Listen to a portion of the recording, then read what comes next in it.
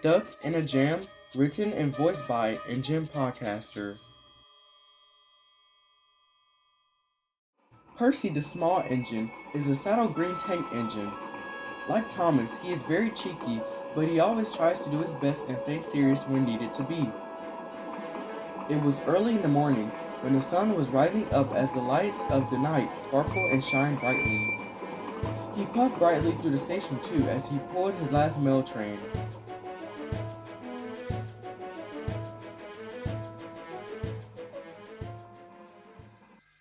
When he was finished taking the mail, he was resting at Tidmouth Sheds. One thing about Percy, he has this thing where he feels put upon most of the time, like the world is giving him too much work, but Sir Tom does have high expectations for his really useful engines. You know, you can always ask for help when you need it, Emily said. I know, but what if Sir Tom thinks I'm not really useful? Even really useful engines need help, and we are your friends. We are more than proud to help you, she said. Then Sir Tom had arrived at Tidmouth Sheds to see Percy, who felt very wearily.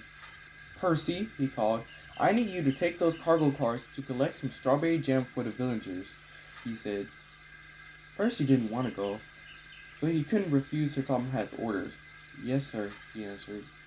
Even though the jam cars might be too heavy for him, he still went.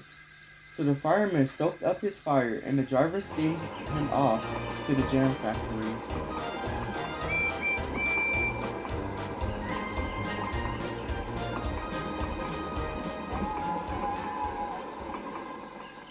At the factory, Emily was there. Sir Tom wants me to help you.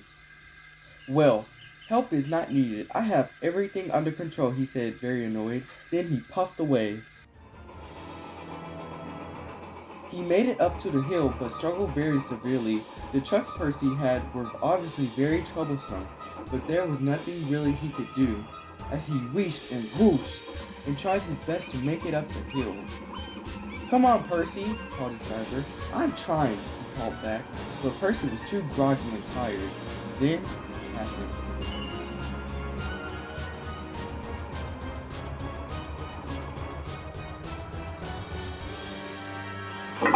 Something on Percy snapped. Oh, that's darn it, the driver said. Percy felt terrible. Now how am I going to get the jam to the villagers? He said to himself quietly. He whistled loudly, hoping someone would hear. Then there came a puffing noise with much steam behind it. Then he heard an emerald engine. Emily, he cried, why am I glad to see you, he called. I'm sorry for not letting you help, but if we don't get this jam to the villagers soon, it's going to spoil. Okay, said Emily. Her driver quickly coupled up to Percy's train and puffed her hardest to push Percy and the train up the hill to the other side.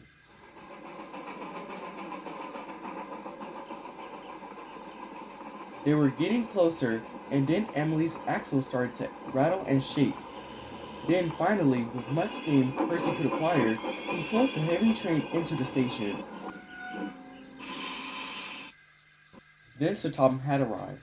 Good job, he said. You both are really useful engines. When you get back to Tidmouth Sheds, your drivers and firemen will give you a good, splendid washdown. Oh, yes, sir. Thank you, sir, said Percy. Then Emily tried to move. So did Percy. But they couldn't. So the Fat Controller sent Harvey the crane engine to take them to the steamworks. See, we can be really useful engines and still have friends to help you, said Emily. Yes, I know, especially when you're stuck in a jam, said Percy. Then they laughed.